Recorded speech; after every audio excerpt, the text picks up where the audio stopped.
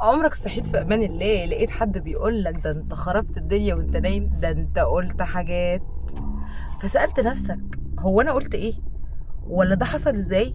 انا مش فاكر حاجة.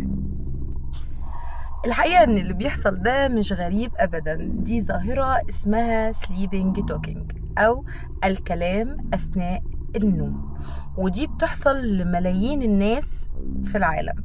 يعني مش انت بس اللي بتتكلم وانت نايم، انا كمان ممكن اكون بتكلم وانا نايمة. بس في ناس بتتكلم، في ناس بتضحك، وفي ناس بتخش في مشاكل ونقاشات وهي نايمة. بس يا ترى ايه اللي يخلي الانسان يتكلم وهو نايم؟ هو ما زهقش من الكلام وهو صاحي؟ وبعدين هو مش المفروض ان الجسم كله في حالة استرخاء؟ هو ايه اللي بيحصل ده؟ تعال اقولك ايه اللي بيحصل ويخليك تتكلم وانت نايم. ايوه فعلا حقيقي الجسم بيكون في حالة استرخاء تام، لكن المخ بيفضل صاحي. وده المراحل اللي بنمر بيها اثناء النوم. اول مرحله بتبقى مرحله نوم خفيف، نايم ولكن سامع كل اللي حواليك. بعد كده بتبدا تخش في مرحله نوم اعمق، وبعدين نبدا نخش في مرحله الاحلام. في الوقت دوت المخ بيكون في اعلى درجه من النشاط. بيعمل ايه؟ بينظف الضغوط والمشاكل ويبدا يحلل ويطلع الحاجات اللي مكبوته جوانا اثناء النوم.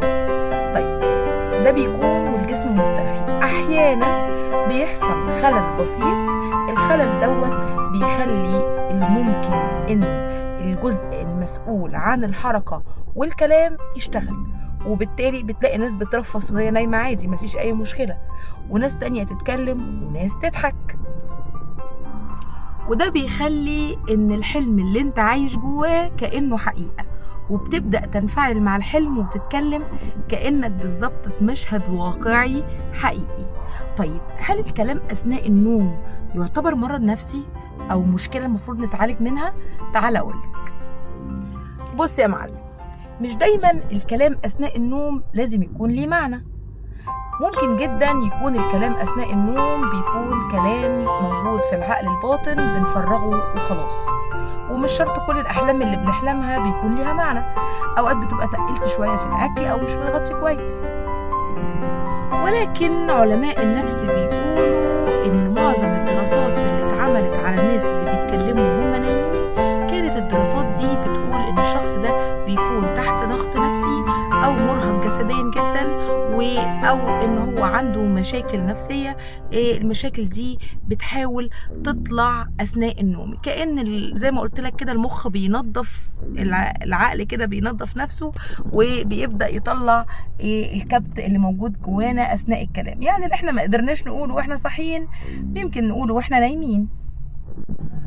وخلي بالك ان في نوعين للكلام اثناء النوم، نوع بيكون بسيط ممكن يبقى كلمة ولا كلمتين، ونوع تاني بيكون حوار عبارة عن واحد قاعد بيتناقش ويحل مشاكله وياخد ويدي في الكلام مع نفسه كده وهو نايم. طيب هل الكلام دوت ليه حل؟ تعال اقولك الحل ايه. الحل عندنا في كام خطوة. أولا لما تيجي تنام لازم تنام في غرفة مظلمة، الغرفة دي تكون عاملة زي الكهف ما يكونش فيها أي إضاءة خالص. اتنين لازم يكون المكان ده هادي وما يكونش فيه أصوات مزعجة جنبه علشان الجسم يقدر إن هو يسترخي. تلاتة إن حضرتك تحاول تفضي نفسك من الاسترس والضغوطات وتعمل تنفس كده بطريقة إنك بتاخد النفس وتطلعه بالراحة كأنك بتطرد كل الضغوطات الداخلية اللي جواك. وممكن انك تسمع موسيقى هادية قبل ما تنام. مهم جدا انك تبعد عن الموبايل بشكل ما يقلش عن ربع ساعة على الاقل، لان الموبايل من الحاجات اللي بتسبب استرس.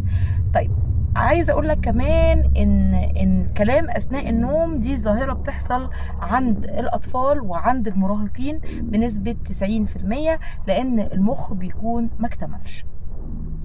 مشكلة الكلام أثناء النوم مش مشكلة صعبة خالص، ولا مشكلة ممكن تسبب لك توتر، مشكلة سهلة وليها علاج، وزي ما قلت لك بتحصل عند ناس كتير مش عندك انت بس. كمان عايزة أسمع منكم النهاردة قصص حصلت لكم أثناء النوم وكلام حطكم في مواقف محرجة.